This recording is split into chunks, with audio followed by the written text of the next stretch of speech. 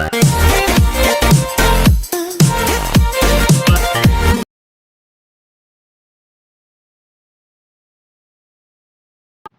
the last video, we have studied about the prokaryotic cell. Prokaryotic cell is a very simple cell and simple organization. In the prokaryotic cell, nucleus is absent, nucleoid is present. In the prokaryotic cell, membrane-bound cell organelles are absent, except the ribosome.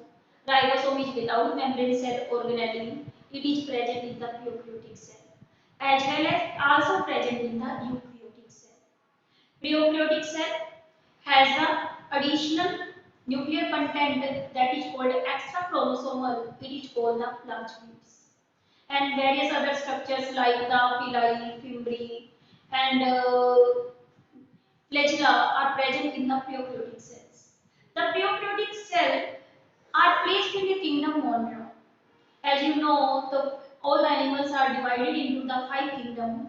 First kingdom is the Monera, second is the Protista, third is the Fungi, fourth is Plenty, fifth is the Animalia. Like this, the first kingdom is the क्या है Monera. The prokaryotic cells, all prokaryotic cells are placed in the kingdom Monera. It means prokaryotic cells are the early formed cells. These are formed as the evolution of the life has a start. From here, the complexity in the organisms will take place. It results in the formation of the eukaryotic cell. The appearance of the prokaryotic cell is the formation of kingdom. This formation of kingdom is called kingdom Monera. In the prokaryotic cells, various microscopic organisms like the bacteria, cyanobacteria, and cyanobacteria is also called the blue-green algae. Why we call the cyanobacteria as a blue-green algae? Because as the name indicates, it has the pigment, and this pigment help in the formation of the food. It means this bacteria is a photosynthetic bacteria helping the evolution of the oxygen. Cyanobacteria are the oxygen evolver, यानी कि धरती पे सबसे पहले जो oxygen आई वो किसकी वजह से आई? साइनोबैक्टीरिया। क्योंकि पहला हमारा जो पास में एटमॉस्फेयर था तो वो कैसा था? रिड्यूसिंग था, क्योंकि उस टाइम पे कोई ऑक्सीजन नाम की चीज नहीं थी। जैसे धरती पे इवोल्यूशन हो गया किसका? प्रोकैरियोटिक सेल का। तो इस प्रोकैरियोटिक सेल जब आई, शुरू में उसने ऑक्सीजन को इवॉल्व नहीं किया, बाद में ऑक्सीजन इवोल्यूशन होने लग गया। तो ऑक्सीजन जब इवॉल्व हुई तो आपका एटमॉस्फेयर रिड्यूसिंग से ऑक्सीडाइजेशन हो गया, तो इसीलिए इवोल्यूशन प्रोसेस अब स्लो होना क्या हो गया? शुरू। The smallest cell is also belong to the kingdom prokaryotic Monera, that is the mycoplasma. As you know, it is the smallest cell. Bacteria are the very simple organizations. They are the grow very rapidly. Average lifespan of a bacteria is 20 minutes. कि 20 minutes में एक bacteria अपने life cycle को क्या कर लेता है? Complete कर लेता है। और इसमें इसकी जो ऑर्गेनाइजेशन है वो कैसी है? सिंपल। लाइफ स्पैन क्या है? शॉर्ट है।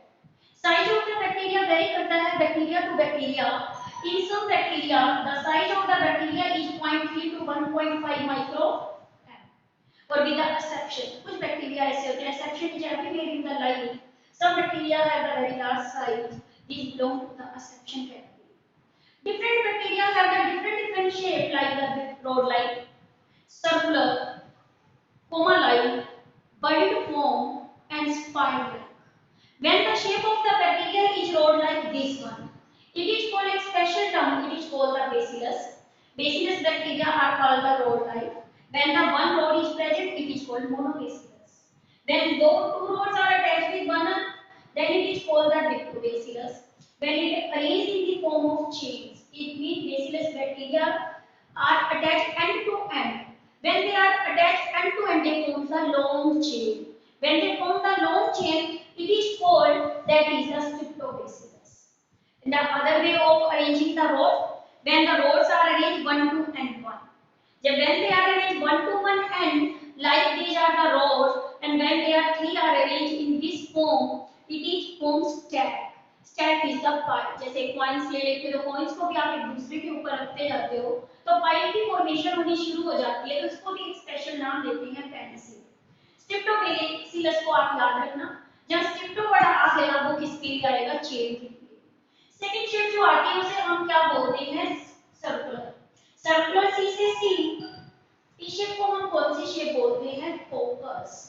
When focus circular shape है CCC circular. When one is the circular shape, it is called monococcus. When there is the क्या है two circular bacteria, they are called diplo. When they form chain, what is the name of this bacteria? Chain for strepto and coccus for round. When rounded bacteria they form the chain, it is called streptococcus. Then the arrangement of the rounded structure is also like the grapes branches. जैसे आप grapes को देखते हो तो सारे क्या stock के साथ ऐसे अटैच होते हैं। जब ये ग्रेप्स लाइक मिलकर एक क्लस्टर बना देते हैं तो इसको नाम देते हैं staphylococcus. This example is very very important क्योंकि जो हमारी फर्स्ट एंटीबायोटिक थी वो पेनिसिलिन है, as you know that is the discovered by Alexander Fleming. और ये पेनिसिलिन जो बनी वो फंगस से बनी, पेनिसिलिन नोटेटम से। अलेक्जेंडर फ्लेमिंग क्या कर रहा था, अपनी लैब में काम कर रहा था।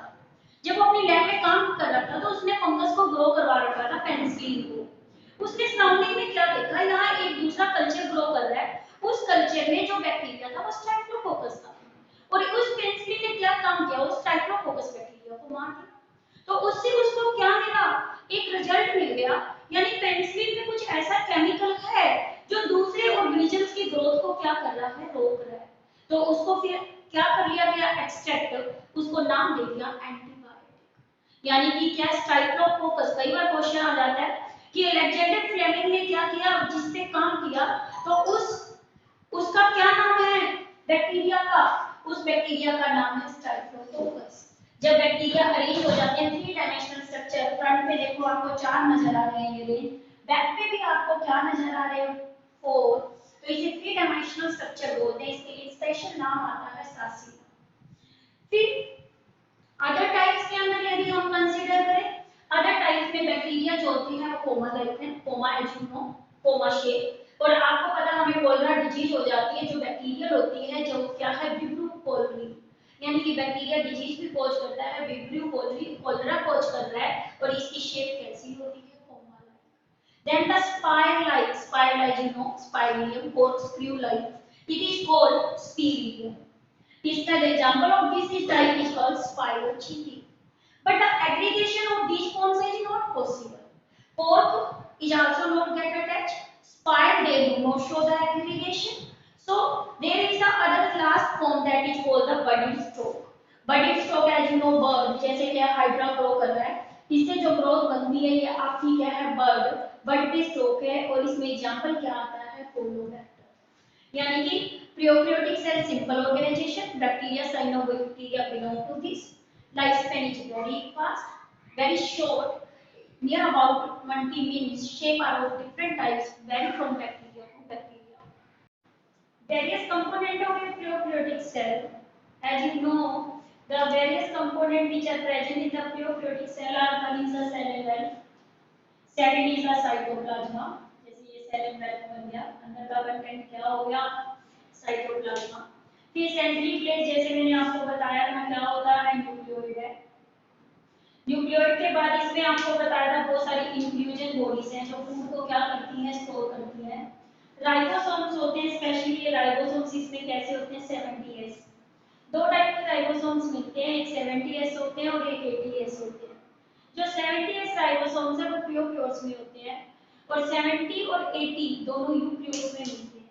यानी कि 70S कैरेक्टरिस्टिक्स दोनों का है, प्रोकैरियोट्स का और यूकैरियोट्स का, और 80S है वो सिर्फ इसका है, यूकैरियोट्स का। इसके अलावा इसमें एक और स्ट्रक्चर प्रेजेंट होती है जिसे हम क्या बोलते हैं, मीजोसोम्स बोलते हैं। अदर स्ट्रक्चर में जैसे पिलाई, फिम्बरी और फ्लैजेला, ये सारे प्रोकैरियोटिक सेल से क्या करते हैं, बिलोंग करते हैं। मीजोसोम जैसे मैंने आपको बताया ही था कि सेल मेम्ब्रेन की अंदर की तरफ क्या हो जाती है, फोल्डिंग हो जाती है, तो ये स्ट्रक्चर आपकी क्या बन जाती है, मीजोसोम बन जाती है। छोटा सा ये लग जाता है तो इसे पिलाई बोलते हैं। यदि ये ब्रिस्टल लाइक शेप हो जाती है तो इसे क्या बोलते हैं, फिम्बरी बोलते हैं। यदि इसके ऊपर ये थ्रेड लाइक स्ट्रक्चर बना लेता है तो इसे हम क्या बोलते हैं, फ्लैजेला बोलते हैं। इसके अलावा इसके अंदर भी जरा फूड बताया था, राइबोसोम जैसे आपको बताए थे दाने दाने होते हैं, मेन ग्रैन्युलर पार्ट्स, इसे हम क्या बोलते हैं, राइबोसोम्स। बहुत सारे राइबोसोम जब इसके अंदर ये प्रेजेंट है, कुछ मेम्ब्रेन के साथ भी बताए थे क्या होते हैं, अटैच होते हैं। Now we studied in detail about one by one the various component of cell, first is the cell and cell envelope में मैंने आपको बताया था जैसे सेल इनवेल यानी कि ये कितनी लेयर्स का बना हुआ है, 3 लेयर्स का बना हुआ है। 3 लेयर्स में आपको बताया था कि बाहर की तरफ ये क्या होती है, स्टिकी लेयर, जिसको हम क्या बोल रहे थे, ग्लाइकोकैलिक्स बोल रहे थे। ग्लाइकोकैलिक्स के अंदर की तरफ जो लेयर बताई थी वो क्या थी, सेल वॉल थी। और सबसे अंदर की तरफ आपको बताई थी वो कौन सी बताई थी, दिस वन, सेल मेम्ब्रेन।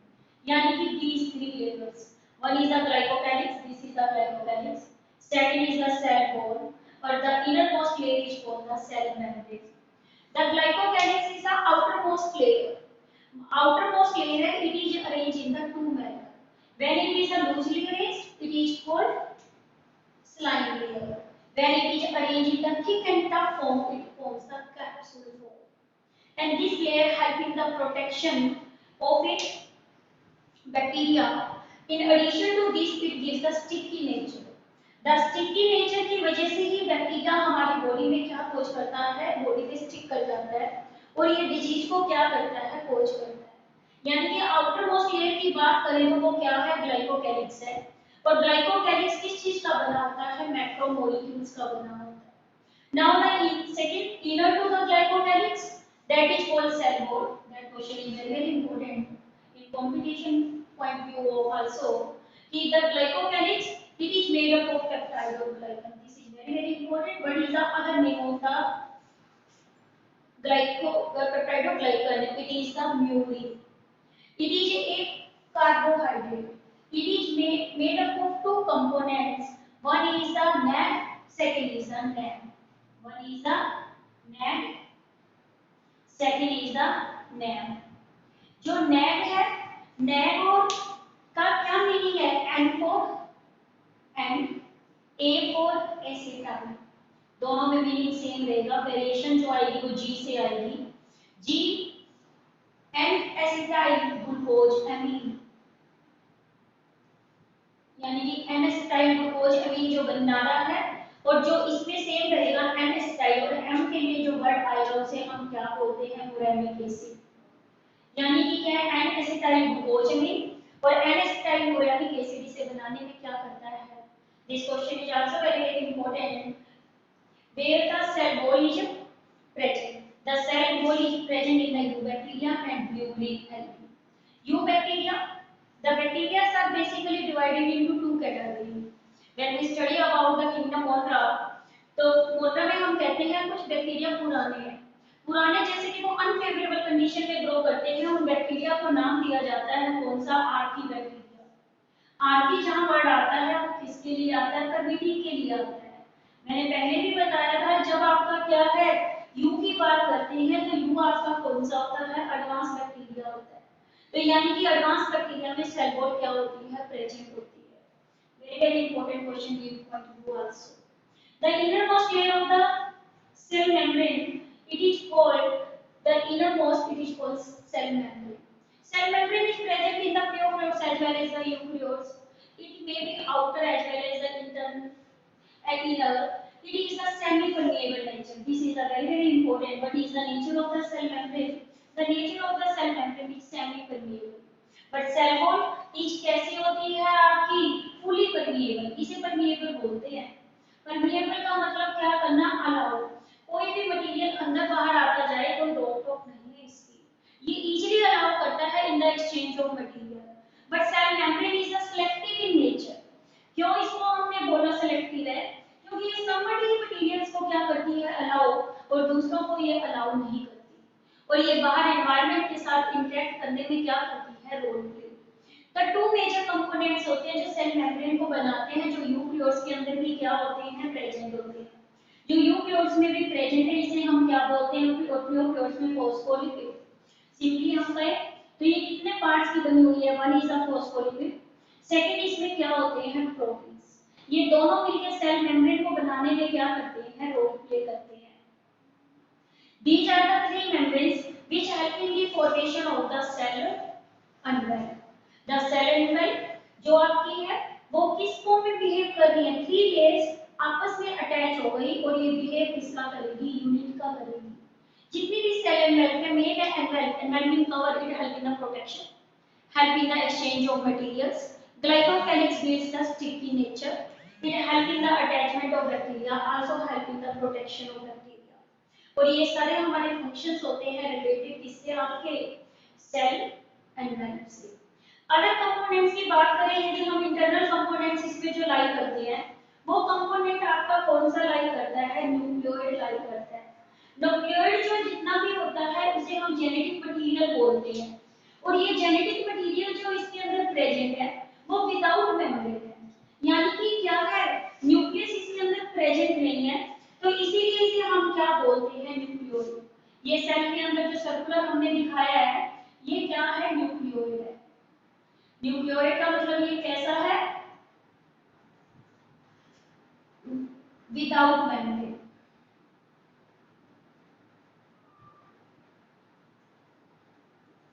ठीक है, फिर इसके अंदर जो डीएनए प्रेजेंट है वो कैसा है, सर्कुलर है, और डीएनए को क्या बोलते हैं, नेक्ड। नेक्ड डीएनए क्यों बोलते हैं, यानी कि विदाउट हिस्टोन प्रोटीन्स। अब हमें हिस्टोन प्रोटीन्स का नहीं पता, जो हिस्टोन प्रोटीन्स होते हैं वो क्या होते हैं, जैसे आपको पता है न्यूक्लियस जिस सेल के अंदर प्रेजेंट होगा डीएनए को उसमें पैक करना है। अब डीएनए को पैक करने के लिए हम क्या करते हैं, हिस्टोन प्रोटीन्स को यूज करते हैं। डी हिस्टोन प्रोटीन डीएनए को अपने ऊपर रैप कर लेता है और छोटे से न्यूक्लियस में फिक्स करने में रोल प्ले करता है। ये जो कैरेक्टरिस्टिक्स होती है कौन सी, आपकी हिस्टोन प्रोटीन, और ये कैरेक्टरिस्टिक सिर्फ किसकी होती है, यूकेरियोट्स की होती है। प्रोकैरियोट्स में हिस्टोन प्रोटीन्स नहीं प्रेजेंट होते, इसीलिए इसे हम क्या बोलते हैं, नेक्ड डीएनए बोलते हैं। डीएनए सर्कुलर बताया, नेक्ड बता दिया, विदाउट मेम्ब्रेन होता है और फ्रीली लाई करता है कहां, साइटोप्लाज्म में। फ्रीली कहां लाई कर रही है, आपका साइटोप्लाज्म में। इसको एक दूसरा नाम भी दिया जाता है, इसे क्या बोलते हैं, जीनोफोर बोलते हैं। क्या बोलते हैं, genophore. This is all regarding about the structure that is called nucleoid.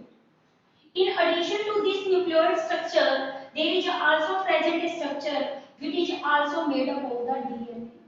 Or this additional structure is called plasmid. This question is also very very important.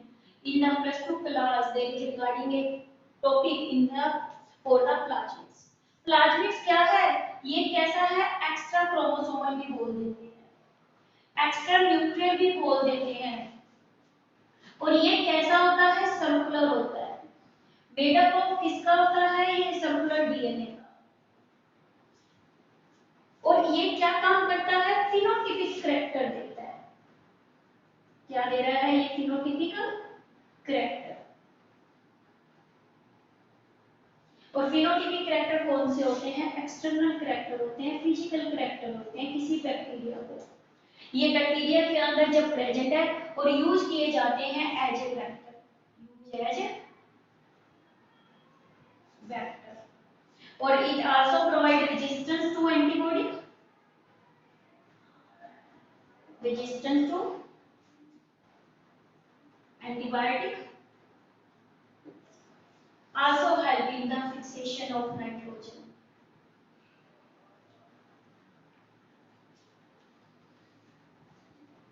और ये सारे कैरेक्टर्स जो होते हैं प्लाज्मिड्स के होते हैं। और प्लाज्मिड्स का इसके अलावा बोले तो ये बैक्टीरिया के अंदर एक और भी रोल प्ले करता है, जो किसमें करेगा? Reproduction. This is regarding about the plasmid.